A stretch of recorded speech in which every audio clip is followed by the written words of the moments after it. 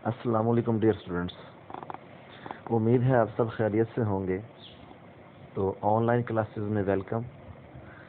तो आज हम स्टार्ट करने जा रहे हैं स्टूडेंट्स एक्सरसाइज 1.4।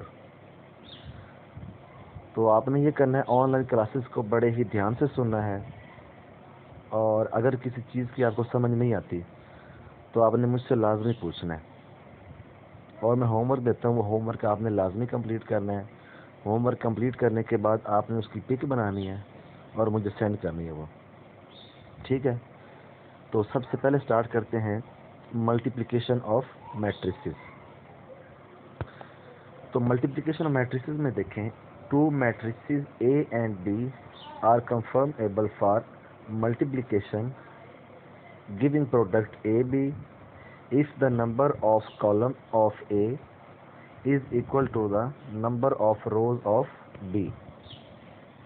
जी, इसमें इसने क्या कहा है कि दो मैट्रिक्स हैं ए और बी, ठीक है। एक मैट्रिक्स ए है, दूसरा क्या है, बी है। तो वो कह रहा है कि अब इनको हम तब मल्टीप्लाई कर सकते हैं, यानी मल्टीप्लाई का मतलब है ए बी, ठीक है।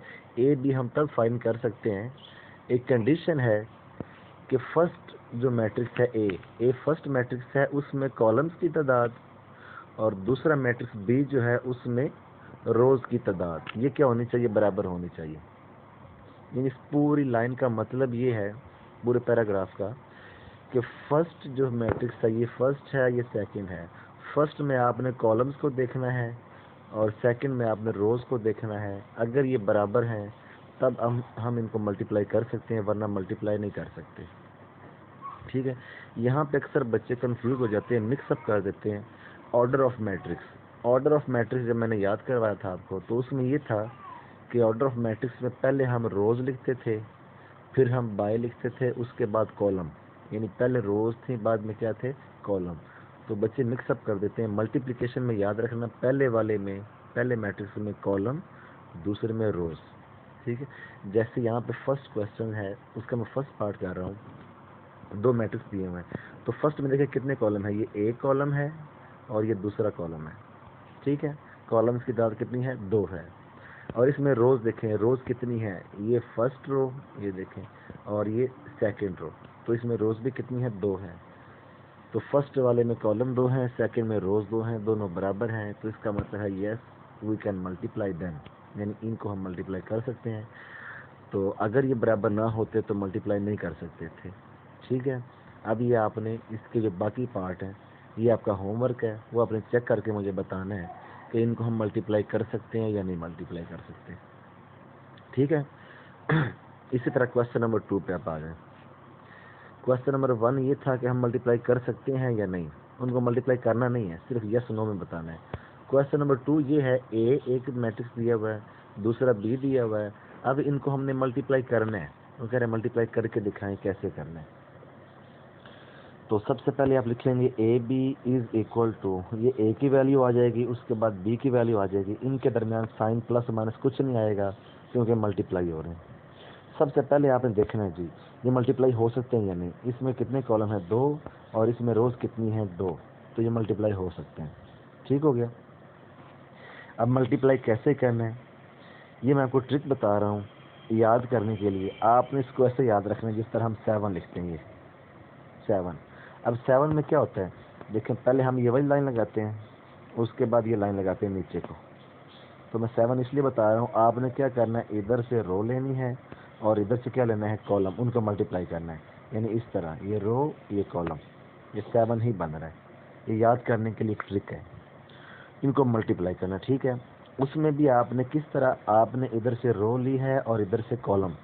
तो इधर रो में देखें 3 जो है फर्स्ट एलिमेंट है और 0 क्या है, सेकेंड एलिमेंट। और इधर कॉलम में देखें 6 जो है फर्स्ट एलिमेंट है और जो 5 है वो सेकेंड एलिमेंट है। तो आपने क्या करना है, फर्स्ट को फर्स्ट से मल्टीप्लाई करना है, दरमियान में प्लस लगाना है, और सेकंड को सेकंड से मल्टीप्लाई करना है, ठीक हो गया। देखें 3 किसके साथ मल्टीप्लाई होगा, 6 के साथ। तो 3 इंटू 6, उसके बाद प्लस लगाना है हमेशा। तो 0 किससे मल्टीप्लाई होगा, 5 के साथ, 0 मल्टीप्लाई 5।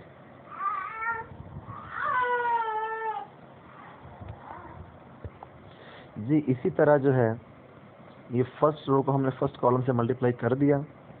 इसी तरह अब नेक्स्ट कोई और कॉलम है नहीं कि हम उससे मल्टीप्लाई कर सकते। अगर 2 कॉलम होते तो दूसरे से मल्टीप्लाई, जितने भी कॉलम हैं उन सब से मल्टीप्लाई कर देना है, करना फर्स्ट रो को है। ठीक है, जब ये काम कंप्लीट हो गया अब आपने आ जाना सेकंड रो पे, मल्टीप्लाई उसी तरह 7 की तरह, इधर से रो आएगी और इधर से कॉलम। फर्स्ट एलिमेंट फर्स्ट के साथ मल्टीप्लाई होगा और सेकंड सेकंड के साथ। देखें इधर से ये फर्स्ट है,